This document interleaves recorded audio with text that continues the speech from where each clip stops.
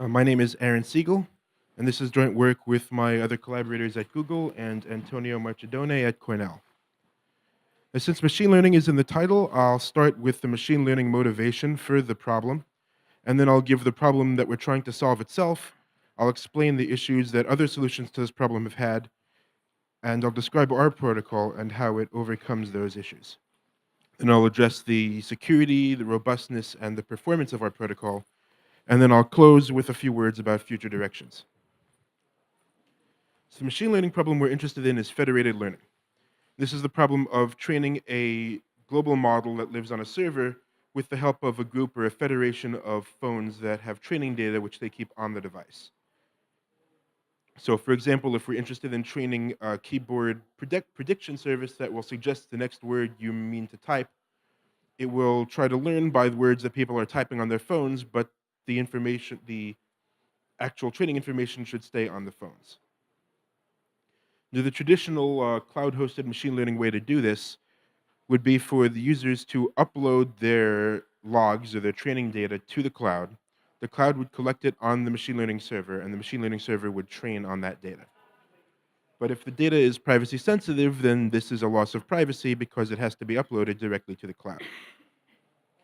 What we're interested in, federated learning, works a bit different. So we'll start with the server selecting a group of online devices. So let's say 1,000 online devices.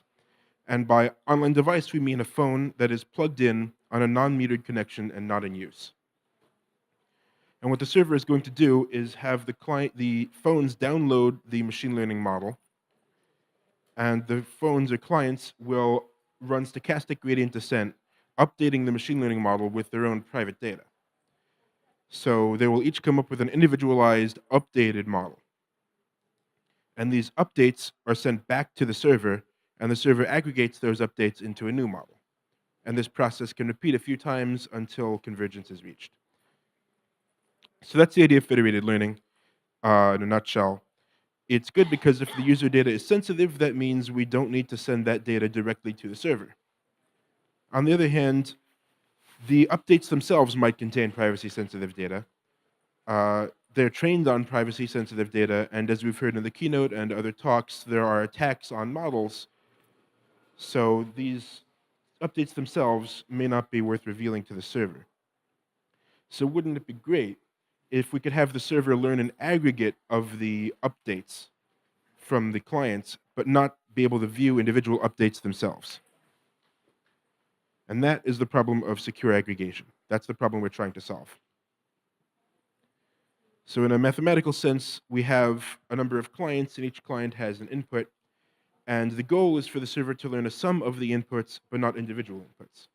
But to be more precise, we have some threshold value, and the goal is for the server to learn the sum of at least threshold users' inputs. It should not learn individual users' inputs or the sum of any fewer than threshold users' inputs. Except these inputs are not scalar values, they are vectors. And since these vectors represent updates to machine learning models, they could be easily a million elements long. And we're trying to learn from phones here. So previous solutions have one or two problems. First of all, previous solutions to secure aggregation either transmit a lot of data, and we're trying to keep the overhead here to double the amount of data we would be sending if we just sent these updates in the clear. Because again, these updates are very long vectors.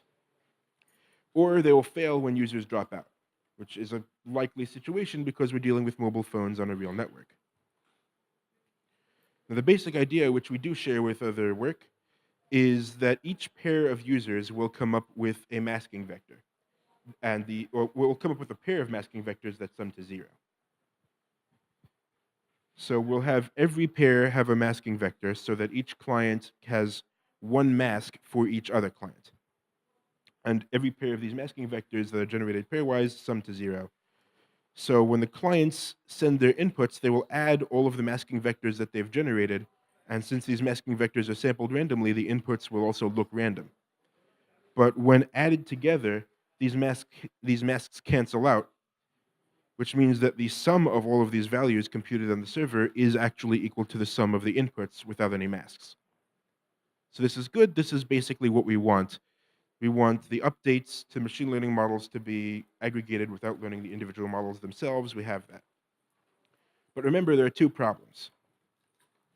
First of all, these vectors are large, so how do we agree efficiently on them? And second of all, what do we do if a user drops out? So remember, we have these pairwise masks that cancel out. But suppose some users don't send in any input. That means that the pairwise masks other users generated with them will not cancel out with anything. And the output will not be recoverable because it's still masked. So that's something we have to deal with. So to solve the first problem, we'll use pairwise Diffie-Hellman key agreement. This is fairly standard. We have some public generator G and a prime modulus P. Each client comes up with a secret, and this is going to be a new secret key for each one of the protocol. Each client comes up with a secret key, and G to the power of the secret key is a public key. So clients will broadcast their public keys via the server, and the server will reply with all other public keys from other clients. And now each client can simply raise all of the public keys it got to the power of its secret key, and this will give them one shared secret with every other client. Now these secrets are scalar values, but we can use them as the seeds to a pseudo-random number generator and just run the pseudo-random number generator until we get million element long or however long we need vectors that we can use as masks. So this is good because we don't have to transmit these giant vectors during this step. It's efficient. Broadcasting via the server makes sense because mobile phones don't actually really support peer-to-peer communication anyway. And as we'll see in a moment, having fewer secrets on the phones will make it easier to recover in the case of dropouts. So let's remember why dropouts are a problem. We need to cancel out every mask, and some masks are not present to be canceled out. So how do we deal with this?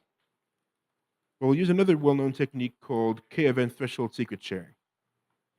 And the idea of it is that you have n shares of a secret, and any party possessing k of these shares can reconstruct the secret perfectly.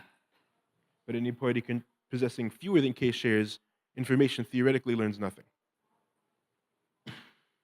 The standard way to do this, the Shamir secret sharing method, is to come up with a polynomial of degree k minus 1, such that the y-intercept is equal to the secret. And then you come up with n points along that polynomial. So that if you possess only 1 point or fewer than k points, so for example here we had 2 of 3 secret sharing, you don't know what the polynomial is, and therefore you have no idea what the y-intercept is. But if you have 2 points or k points, then you can interpolate the polynomial through those points and recover the secret easily just by looking at the y-intercept. So this is what we're going to have all the clients do. They'll do secret sharing, they'll come up with a random polynomial and pick some random points along that polynomial, and they will share these points with each other. Now, this exchange is technically happening through the server, but this is after the Diffie-Hellman key agreement step, so this can be encrypted. So each client at this point will have one secret share for each other client. And now what we'll do if clients drop out after everyone else has sent input is we'll have the server ask the clients that are still online for shares of the dropped out client's secret key. And remember, the secret key is only to be used during one run of the protocol anyway. So the clients will respond with the points on the polynomial, the secret shares. The server will interpolate the polynomial and recover the secret key of clients who are not dropped out. And now that it has that secret Diffie-Hellman key, it can replay Diffie-Hellman key agreement to regenerate the masking vectors. So once we've regenerated all of the masking vectors that that client would have used had it been online, we will have everything cancel out, and we'll be able to recover the sum of the inputs of the users who are still online.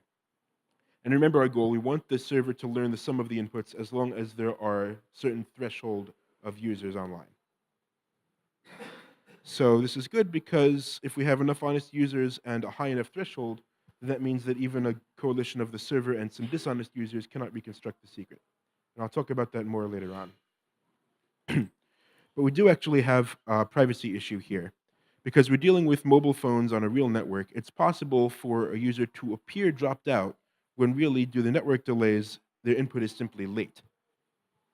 And this is a privacy risk because even if the server is honest but curious, it's already recovered the dropped out client's private key, which means it can regenerate that client's masks and it can learn that client's input. So here's what we'll do to solve that. Instead of just using these pairwise masks, we'll also have an individual mask for each client. Now, these individual masks don't cancel out with anything, but we'll rely on the fact that the server should not be able to learn both the individual mask and the pairwise mask for any client.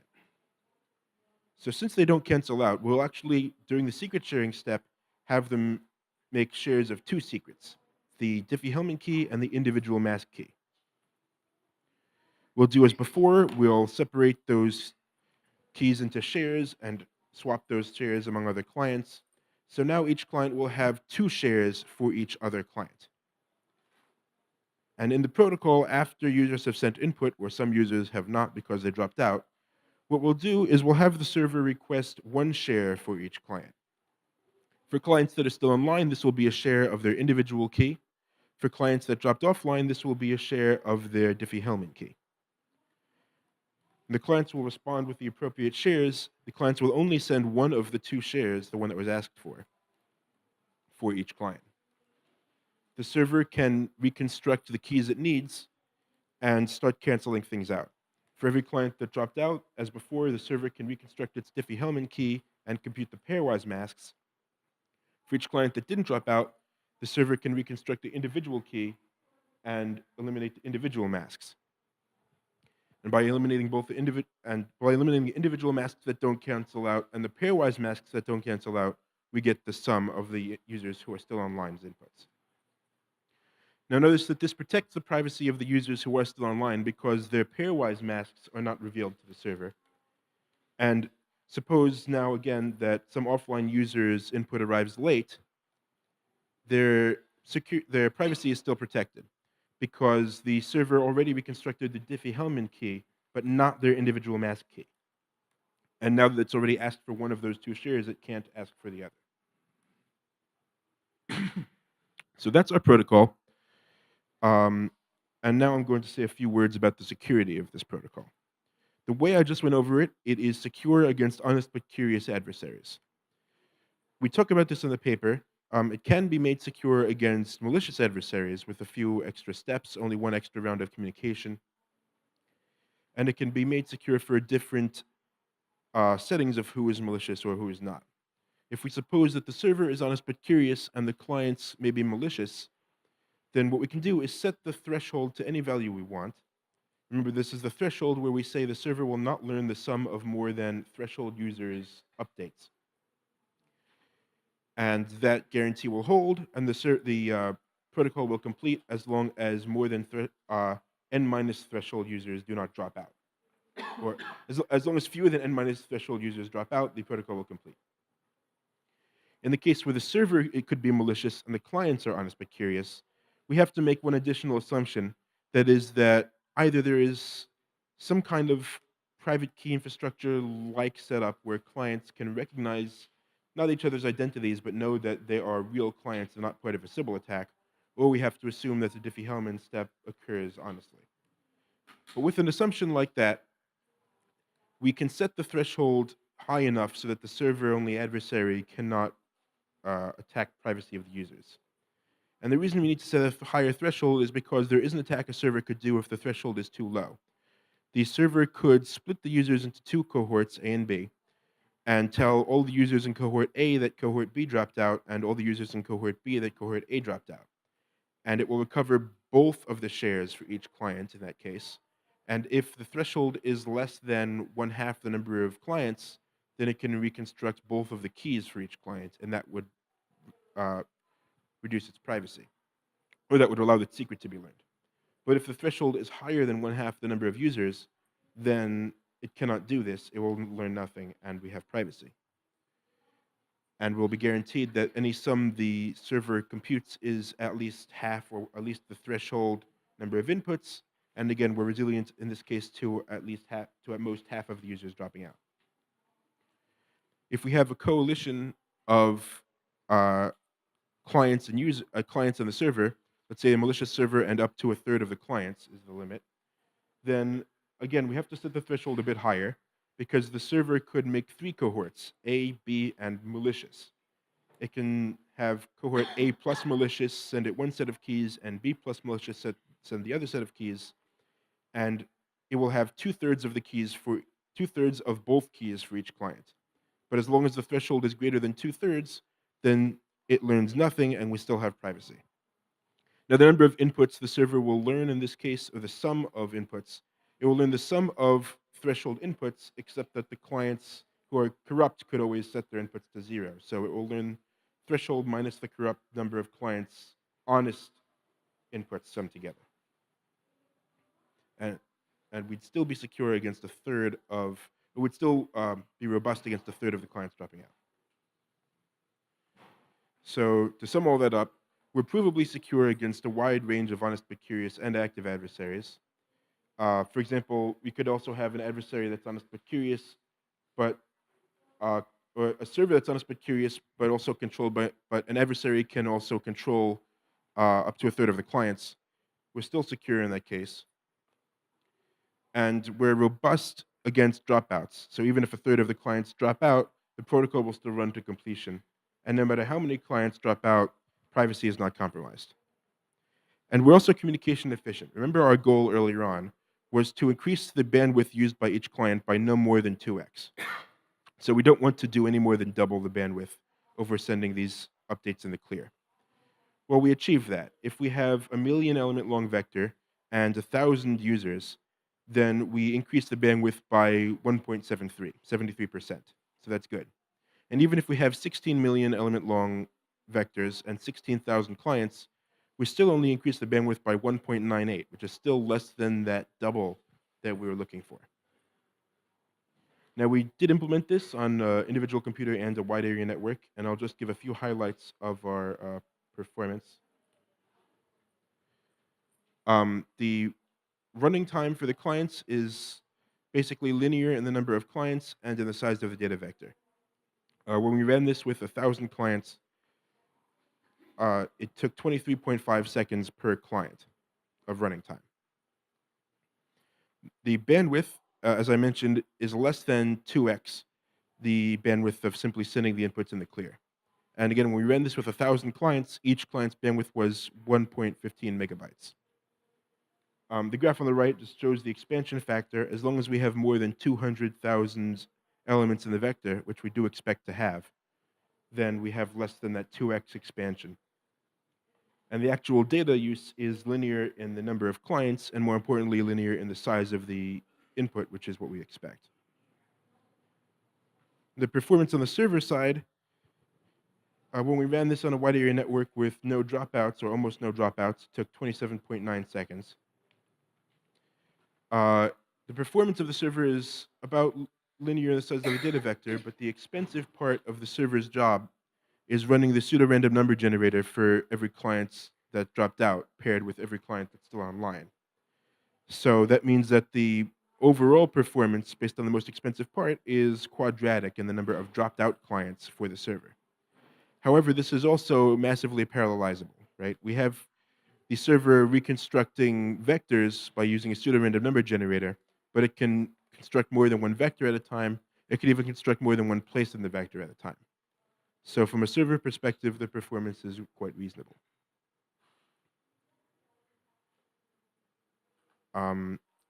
Getting towards the end of the talk, I'll just talk about some future directions here. We're interested in validating client inputs. Remember, we're counting on these user masks to cancel out with each other.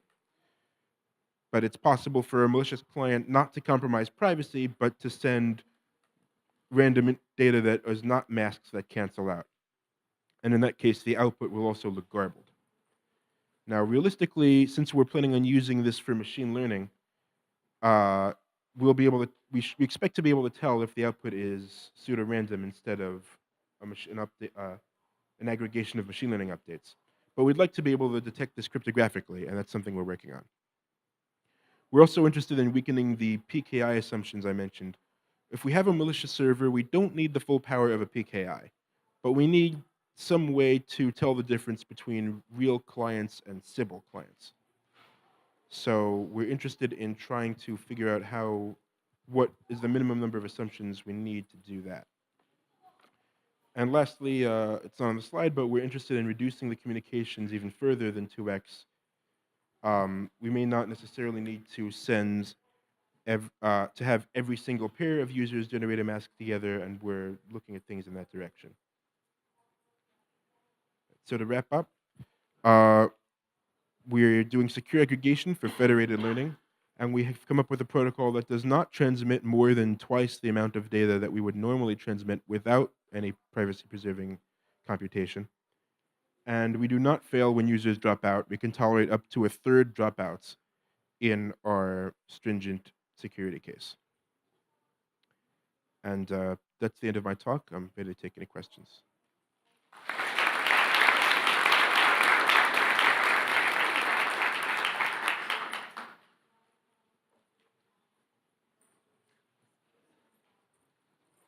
Just to clarify the protocol, so each client send these shares to all other clients, or they select a subset of users and just send to them?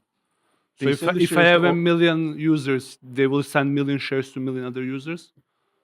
Yeah. We're expecting to have fewer than 1 million users, more like 1,000 users, but yes, you'll have 1,000 shares and you'll send one share to each other user. Okay.